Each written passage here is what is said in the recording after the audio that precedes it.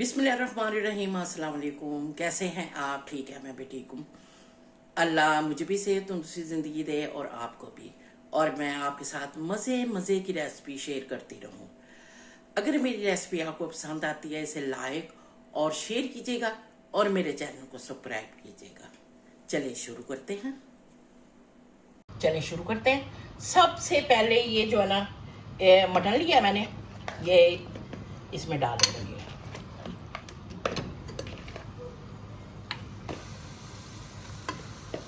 अब इसके साथ ही जो है ना, आज ये ना हाफ ग्लास मैंने तकरीबन पानी डाला है।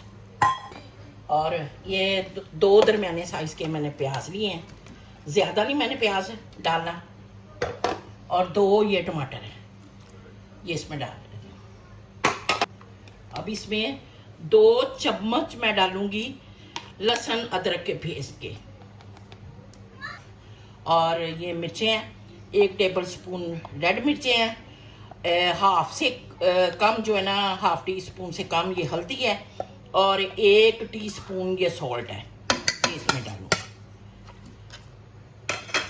अब इसको मिक्स करने के बाद प्रेशर लगा दूंगी तकरीबन 15-20 मिनट के लिए। 15-20 मिनट के लिए प्रेशर लगाऊंगी।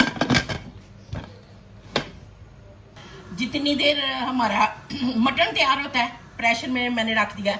एक साइड पे हम करेले फ्राई कर लेते हैं। अब ये जो करेले हैं मैं इसमें डालने लगी हूँ फ्राई पैन में। ये जो ना मैंने काटा है, काटने के बाद नमक लगा के आधा घंटा रखा है। उसके बाद इसको वॉश किया है और अच्छे तरीके से निचोड़ा है। अब ये जो है ना हमारा करेले फ्राई करने लगी हूँ, और एक थोड़ा सा इसमें ऑयल डालने लगी हूँ। मैंने कहा जल्दी काम खत्म हो जाएगा। एक साइड पे हमारा गोश्त हो रहा है और एक साइड पे ये हमारे करेले जो है ना फ्राई करने लगी। करेले हमारे फ्राई हो रहे हैं, ये देखें। इनको लाते रहेंगे कि हर साइड से ये ब्राउन हो जाएं, हर साइड से इसको हिलाते रहेंगे। अब ये फ्राई हो गया, निकालने लगी हूँ प्लेट में।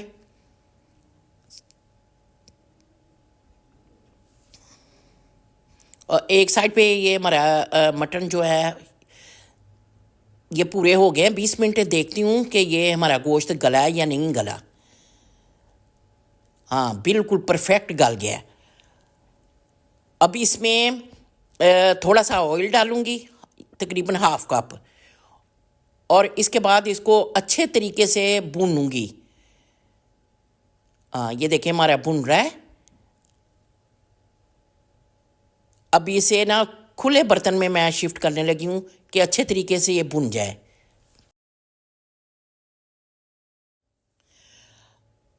ये देखिए, जब तक ये पानी खुश्क नहीं होता, इसे जो ना पकाते जाएंगे।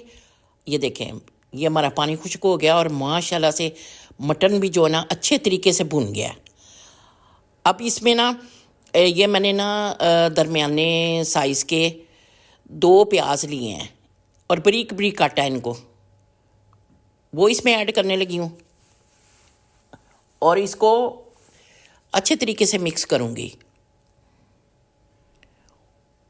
अभी इसको उतनी देर तक हमने पकाना है, तब जब तक ये जो ना प्याज हमारे सॉफ्ट ना हो जाए।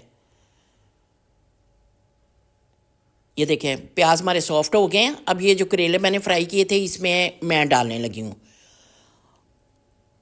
और इसको मिक्स करूँगी।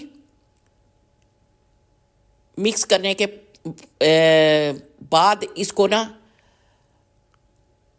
ये देखें, अच्छे तरीके से मिक्स किया।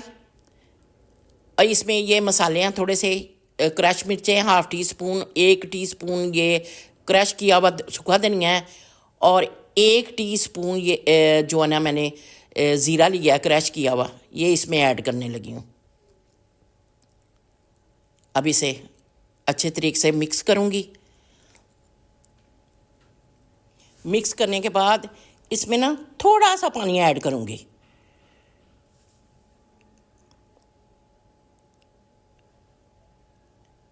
इससे ये है कि जो मसाला, ये देखें, थोड़ा सा और ऐड करने लगी हूँ, पहले मैंने कम डाला था।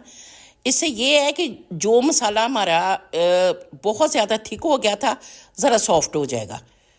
हाँ, ये देखिए परफेक्ट करेले जो है ना हमारे तैयार हो गए हैं। अब इसमें मैं ना 1/2 टीस्पून पिसा हुआ गरम मसाला, बल्कि उससे भी कम मैं डालूँगी, और ये 2-3 हरी मिर्चें हैं ये इसमें डालूँगी, थोड़ा सा धनिया हरा। अब इसे मिक्स करूँगी। मिक्स करने के बाद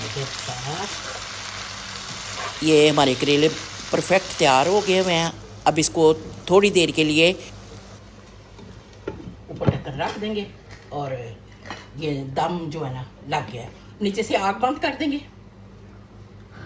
चलो, ओके हो गया हमारा करेले और गोश्त, मज़ेदार, बहुत मज़ेदार। माशाल्लाह से कितने ही मज़ेदार हमारे करेले गोश्त बने हैं।